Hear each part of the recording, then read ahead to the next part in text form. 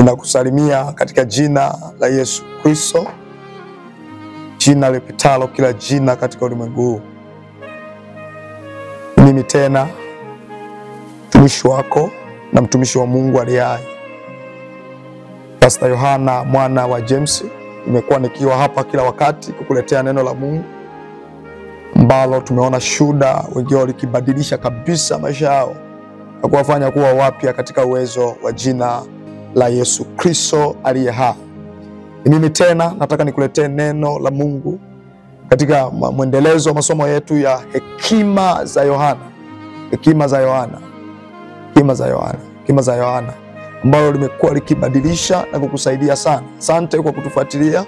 Asante kwa ukarimu na upendo mkubwa kwa ajili ya chaneli yetu nzuri ya Mlima wa Makimbilio, mlima ambao wengi wameponywa na kusaidiwa.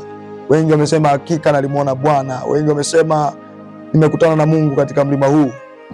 Na tunakwenda kujifunza neno la Mungu. Mungu amenijaza neema yake tena siku ya leo ili kufundisha kwa usahihi neno la Mungu litakaloleta mabadiliko kwenye maisha yako sasa na hata maisha yako yajayo.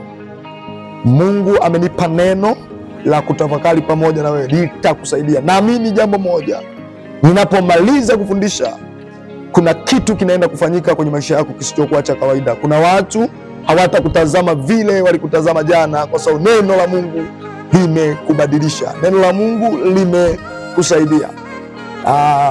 Mungu amenipa kichwa kinachosema jaribu tena kwa ushujaa. Jaribu tena kwa ushujaa. Kwa nini nataka nizungumze kujaribu tena kwa ushujaa? Ninaposema hapa umeacha kile ulichokuwa nakifanya kwa sababu umeamini umeshindwa.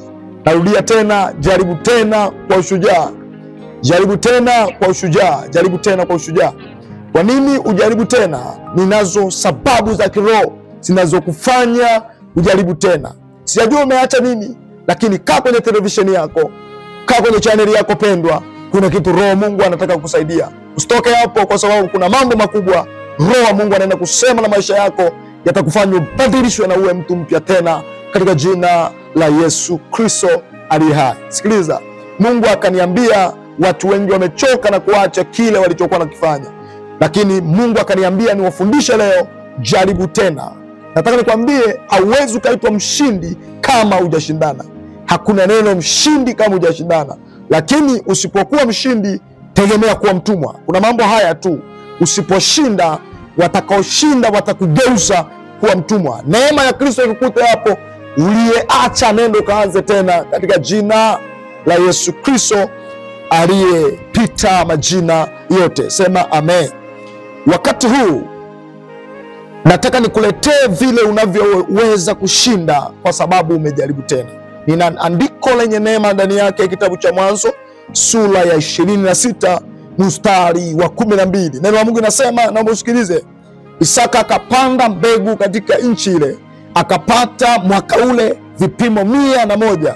Bwana akambariki, na mtu huyu akawa mkuu, akazidi kustawi hata akawa mkuu sana. Biblia inasema mstari wa 14, akawa na mali ya kondoo na mali ya ng'ombe na watumwa wengi. Hao Wafilisti na vile visima vyote walivyovichimba watumwa wa baba yake siku za Ibrahim baba yake, Wafilisti walikuwa wamevifukia wakavijaza vifusi. Sura 16 nasema, Abimeleki akamwambia Isaka, utoke kwetu, maana una nguvu sana kuliko sisi. Una nguvu sana kuliko sisi.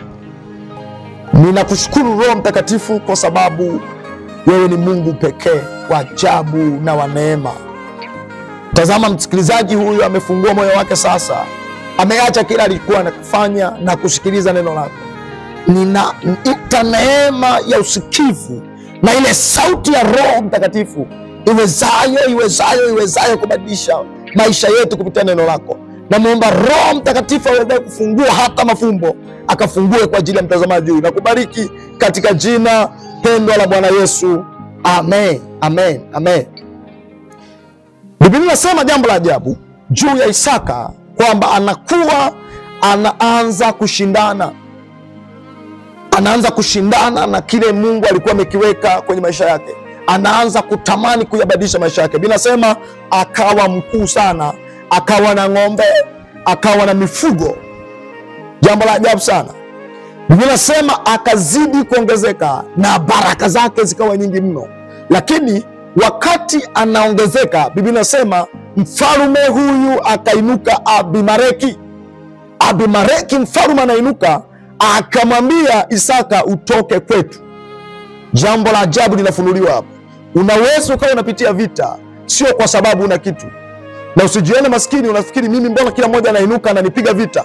Unapigwa vita kwa sababu gani? Una kitu kikubwa ndani yako. Shida sio maisha yako ya leo, shida ni maisha yako ya baadaye. Kuna mtu akikutazama tu, hata kama hujajitambulisha, anajua baadaye ni waziri mkuu, anajua baadaye utakuwa mfanyabiashara wa maharage, anajua utakuwa wewe mfanyabiashara mkubwa, anajua wewe ni msomi baadaye. Wewe ukijitazama kwa hali ya kawaida huoni hicho kitu. Lakini Biblia inasema akainukiwa na mfalme akamwambia, toka kwetu. Baraka inaweza kukukosanisha na watu. Maisha mazuri yaliyoko mbele yako yanaweza kukufarakanisha na bosi wako leo. Neema uliyoibeba inaweza kukukorofishana na mchungaji wako leo. Neema uliyoibeba unaweza kufarakana na watu kwa sababu ya neema uliyoibeba. Biblia inasema Abimeleki akainuka kumwambia, toka kwetu. Kabla mtu huyu ni wa kawaida, hakukuwa na vita. Lakini Biblia inasema alipobarikiwa mfalme Abimeleki akasimama akamwambia, toka kwetu. Kuna watu wanakukataa kwa sababu umebeba kitu cha thamani ndani yako. Na ndio maana Mungu akanipa neno kusema, jaribu tena. Usiache kile unakiamini, usiache kile Mungu alikupatia, usiache kile Mungu alikwambia mwanzo. Usisahau kutembea na lile neno Bwana alikwambia mwanzo. Naposema hapa, kuna watu wameacha kile Mungu aliwaambia, wanaishi maisha sio yao, na wamesema Mungu ametuacha, Mungu hatendi tena, Mungu amenyamaza kimya. Lakini Mungu anaishi. Umeacha kile ulikuwa unakifanya, jaribu tena, jaribu tena. Biblia inasemaje? Kwamba Biblia inasema akamwambia, toka kwetu, toka kwetu, toka kwetu. Maana yake akakataliwa. Biblia inasema utoke kwetu, maana wewe una nguvu kuliko sisi. Hii ni ajabu sana. Hii ndio imekuwa ni vita yako kila wakati.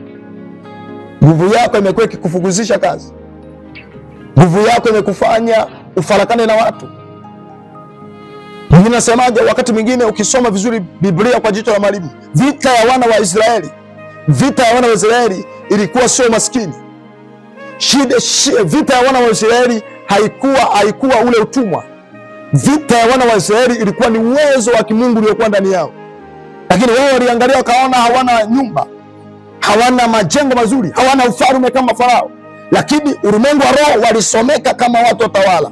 Kwa maana Biblia inasema walipokaa kikao cha siri wafalme, wakasema mfalme na jeshi lake, wakasema hawa watu wana nguvu kuliko sisi.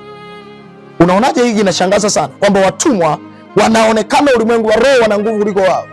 Kuna mtu leo unamtumikia, lakini akiangalia ulimwengu wa roho una nyota kuliko yeye, una kibali kuliko yeye, una neema kuliko yeye, una nguvu kuliko yeye. Jaribu tena. Haijalishi umefukuzwa kazi mara ngapi, jaribu tena. Haijalishi umekukataa, jaribu tena.